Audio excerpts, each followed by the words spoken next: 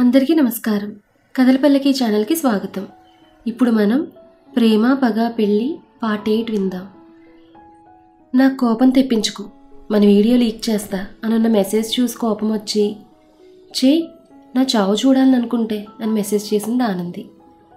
నీ చావు నీ చేతుల్లో లేదు, నా చేతిలో ఉంది. ఆ ఆర్యతో కలిసి నన్ను ఏడిపించాలని చూస్తున్నావు కదా, రెడీగా ఉండు, నిన్న నా దగ్గరికి తెచ్చుకుని అప్పుడు చూపిస్తా నేనేంటో అని వచ్చిన మెసేజ్ చూసి కోపంగా ఫోన్ స్విచ్ ఆఫ్ చేసింది ఆనంది. బస్సులో ఉన్నా కూడా తన ఆలోచనలన్నీ గతం చుట్టూ తిరుగుతున్నాయి. ఆనంది, నీకు అర్జున్ గురించి ఎంత బాగా తెలుసు. వాడు కోట్ చేసిన దానికంటే 10 రూపాయలు మాత్రమే తక్కువ కోట్ చేశావు. నేను ముందుగా అనుకున్న దానికి నాకు టెండర్ వచ్చినా నాకు చాలా నష్టం వచ్చేది. ఆ అర్జున్ గాడి మీద గెలిచినా కూడా నన్ను నష్టాలు ఇబ్బంది పెట్టేవి. కానీ నాకు నష్టం రాకుండా ఆ అర్జున్ తలెత్తుకోకుండా ఒకే దెబ్బకు అంతా చేసింది Anandi. I love you Anandi. నువ్వు నాతో ఉంటే నాకు ఎప్పటికీ సంతోషమే. నువ్వేం చేసినా ఎంతో శ్రద్ధగా చేస్తావు. నీ ప్రేమను ఎందుకు అర్జున్ కాదనుకున్నాడో కానీ అది కూడా నా మంచికే. అర్జున్, నువ్వు కాలేజ్ రోజుల నుంచి నాతో పోటీకి వస్తూనే ఉన్నావు. నేనెప్పుడూ నీతో ఓడిపోతూనే ఉన్నాను. కానీ ఆనంది నా దగ్గర ఉంటే నాకు అన్నీ విజయాలే అని ఈరోజు నాకు పూర్తిగా అర్థమైంది. ఎలా అయినా ఆనందిని ఒప్పించి నేను తను పెళ్లి చేసుకోవాలి. ఆనంది నా ప్రేమను ఒప్పుకోవడం లేదు. తన పేరెంట్స్ వైపు నుంచి నరుక్కుని రావాలి అని అనుకున్నాడు ఆర్య. తను కూడా ఇంటికి వెళ్ళిపోయాడు. ఆనంది ఇంటి దగ్గరకు వచ్చింది. కానీ చాలా బాధగా ఉంది తనకి. ఎంత ప్రేమించాను, ఎంత నమ్మాను, నన్ను మోసం చేయాలని నీకు ఎలా అనిపించింది బుడ్డు అని బాధపడుతూ ఇంట్లోకి వచ్చింది ముఖం వేలాడేసుకొని. ఏమైంది ఆనంది అని అడిగింది శ్రావణి. ఏం లేదు వదినా, ఉదయం హుషారుగానే వెళ్ళావు కదా అంది లత. వెళ్ళానమ్మా, ఇప్పుడు అలసిపోయాను అంతే, అంతకు మించి ఏం లేదు. బండి కొంటానంటే ఎందుకు విన్నావు, ఇలా బస్సులో వచ్చి అలసిపోవు కదా అప్పుడు అన్నాడు నిఖిల్. నువ్వు లోన్ పెట్టి తీసుకుని దాన్ని తీర్చడానికి ఇబ్బంది పడడం ఇష్టం లేక అంది ఆనంది. నువ్వు ఇలా ఇబ్బంది పడడం బాగుందా? అన్నయ్య, నేను కూడా ఉద్యోగం చేస్తున్నాను కదా, కొనుక్కుంటాను. నువ్వు నా చదువు కోసం పెట్టుబడి పెట్టావు, నేను ఏమనుకుంటా తీసుకున్నాను కదా. ఇప్పుడు నీకు పెళ్ళయింది, ఇకపై అయినా డబ్బు జాగ్రత్త పెట్టుకో. నీ బిడ్డలు కూడా బాగా చూసుకోవాలి కదా, నా మంచి అన్నయ్యవు కదా అంది ఆనంది నవ్వుతూ. అంటే నువ్వు మా బిడ్డవి కాదా అంది శ్రావణి. శ్రావణి ఆ మాట అనేసరికి వెళ్ళి శ్రావణిని హక్ చేసుకుని, ఆ మాట అన్నావు వదినా, అది చాలు. నీ ప్రేమ ఎప్పటికీ నా మీద ఇలా ఉంటే చాలు. నేను నెక్స్ట్ మంత్ కొనుక్కుంటాను అంది ఆనంది సంతోషంగా అన్నయ్యను కూడా కలిపి గ్రూప్గా హక్ చేసుకుంటూ. పిల్లలిద్దరూ అంత ప్రేమగా ఉండడం, వచ్చిన కోడలు కూడా మంచి అమ్మాయి అవ్వడంతో లతకు కన్నీళ్ళు వచ్చాయి. లత వైపు చూసిన ఆనంది వాళ్ళని వదిలి అమ్మ దగ్గరకు వచ్చి, ఏమైందమ్మా, ఎందుకు బాధపడుతున్నావు అంది. డబ్బు కోసం మీరు ఇంత ఇబ్బంది పడుతుంటే బాధగా ఉంది. అంతేకాదు, మీ మధ్య ఉన్న ప్రేమను చూస్తే అంతకు మించి సంతోషంగా కూడా ఉంది నాకు. అంత ఐశ్వర్యంలో పెరగవలసిన నా పిల్లలు ఇలా డబ్బు గురించి బాధపడే దుస్థితి వచ్చింది మేము చేసిన పనుల వలన అని లత అంటుండగా, ఇంతలో లత అని గట్టిగా వినిపించడంతో వణికిపోయింది లత. తండ్రి తల్లినంత కోపంగా పిలవడం చూసి ఆశ్చర్యపోతూ నిలబడిపోయారు ఆనంది, నిఖిల్. శ్రావణికి ఏం అర్థం కాక తను కూడా మామగారి వైపు చూసింది కొంచెం బెదురుగా. నీకెన్నిసార్లు చెప్పాను నోరు జాగ్రత్తగా పెట్టుకోమని. క్షమించండి అంది లత కొంచెం భయంగా. మళ్ళీ నోరు జారకుండా చూసుకో అని కోపంగా లోపలికి వెళ్ళిపోయారు గోపి గారు. తల్లి ఏడవడం చూసి ఇద్దరు చెరువు వైపున పట్టుకున్నారు. శ్రావణి కూడా వాళ్ళ దగ్గరకు వచ్చి నిలబడింది.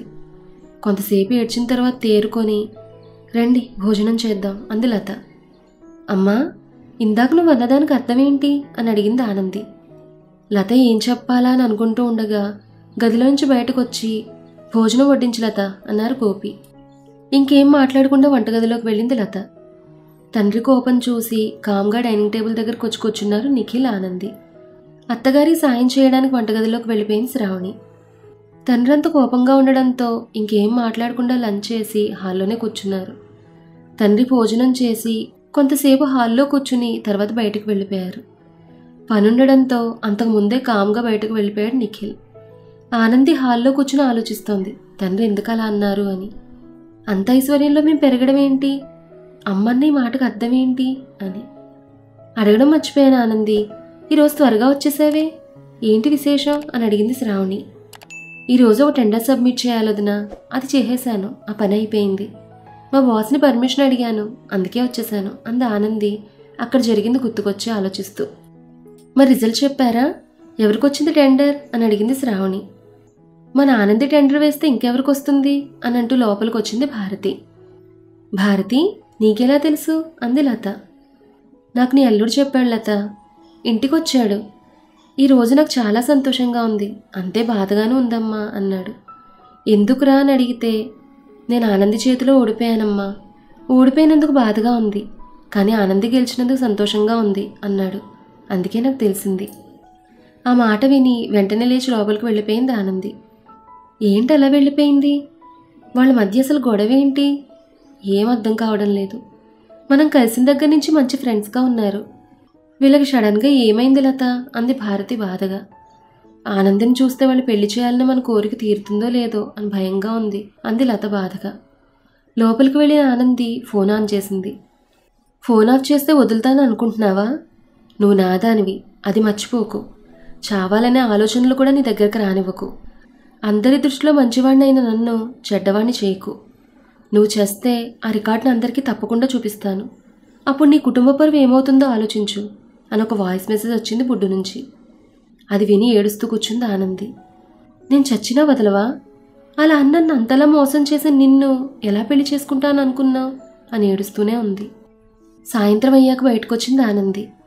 బయట హాల్లో అర్జున్ శ్రావణి నిఖిల్తో మాట్లాడుతూ వాళ్ళు నవ్విస్తూ నవ్వుతున్నాడు. వెంటనే లోపలికి వెళ్ళబోయింది. హే ఆనంది, నీకోసమే మేము వెయిట్ చేస్తున్నాం అన్నాడు అర్జున్ నవ్వుతూ.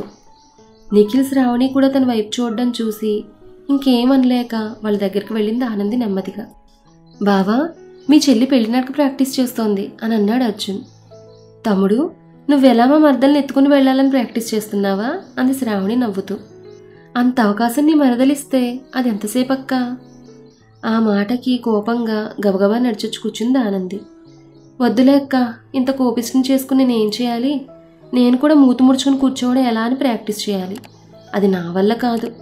ఈ జీవితం చాలా చిన్నది కాబట్టి హ్యాపీగా బతికేయాలి అన్నాడు ఆనంది వైపు చూసి కన్నుకొట్టి. ఆనంది కోపంగా లేవబోయింది. అర్జున్ ఆనంది చేయి పట్టుకుని నా నుంచి తప్పించుకుని వెళ్ళిపోదామనే అన్నాడు. వదిలు అర్జున్, నాకు చిరాకు తెప్పించుకు అంది ఆనంది కోపంగా. ఏంటో ఈ పిల్ల, నీ చేయిని వదలనంటే వదలంటోంది. ముందు ఇక్కడ కూర్చో అని కూర్చోబెట్టాడు. మళ్ళీ లేవబోయింది ఆనంది. ఆనంది, అర్జున్ నీకోసమే వచ్చాడు.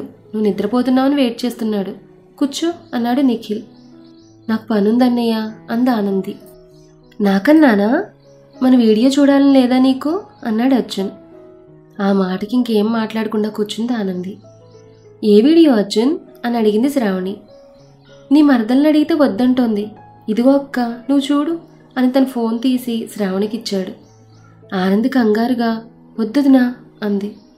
ఎందుకు వద్దంటున్నావు? అలాంటివి చూస్తేనే కదా మనం ఎంతవరకు వెళ్ళామో వీళ్ళకి తెలిసేది. నువ్వు కూడా చూడు బావా, ఇలాంటివి ఎప్పుడు చూసుండవు. వద్దన్నయ్య ప్లీజ్ అంది ఆనంది ఏడుపు ముఖం పెట్టి. ఏమైంది ఆనంది? నీకు ముందే చెప్పాను మన వీడియో అందరికీ చూపిస్తానని. అయినా నువ్వు ఇలా భయపడ్డం ఏమైనా బాగుందా? మన మధ్య ఎంత అండర్స్టాండింగ్ ఉందో మీ అన్నయ్య వదినకు కూడా తెలియాలి కదా. తెలిస్తే మనకే మంచిది. ప్లీజ్ అర్జున్, నువ్వు చెప్పినట్లే వింటాను, కానీ ఆ వీడియో మాత్రం చూపించుకు అంది అర్జున్ చేతులు పట్టుకుని. నీకు చాలా అవకాశాలు ఇచ్చాను ఆనంది, కానీ నువ్వు నన్ను పట్టించుకోలేదు. ఈరోజు కూడా నువ్వేం చేసావో నీకు బాగా తెలుసు. నేను ఎప్పుడైనా మాట అంటే అది జరిగి తీరాల్సిందే. ఆ విషయం నీకు కూడా బాగా తెలుసు కదా. చెప్పాను కదా, ఇక నుంచి నువ్వు చెప్పినట్టే చేస్తాను. ప్లీజ్ అర్జున్ అని శ్రావణి చేతిలో ఉన్న అర్జున్ ఫోన్ తీసుకుపోయింది ఆనంది. అర్జున్ ఆనంది మాటలు విన్నా కూడా వాళ్ళు మాట్లాడుకునేదేంటో అర్థం కాక చూస్తున్న శ్రావణి నిఖిల్ అర్జున్ ఇచ్చిన వీడియోని ఆన్ చేయలేదు. కానీ ఆనంది అందుకోబోతుంటే టక్కున వెనక్కి జరిగింది శ్రావణి. శ్రావణి అలా చేయడంతో వీడియో వాళ్ళు చూస్తారని మనసులో భయం పుట్టడంతో ఏడుపొచ్చి ఏడ్చేసింది ఆనంది. ఏముందిరా వీడియోలో, ఎందుకు ఏడుస్తున్నావు అన్నాడు నిఖిల్. ఏం లేదన్నయ్య, ఆ వీడియో మాత్రం చూడకండి అంది ఆనంది ఏడుస్తూ. అలాగే శ్రావణి ఇలా ఇవ్వు అన్నాడు నిఖిల్. ఈ వీడియో చాలా బాగుంటుందని అర్జున్ చెప్పాడు. ఆనందేమో వద్దంటోంది.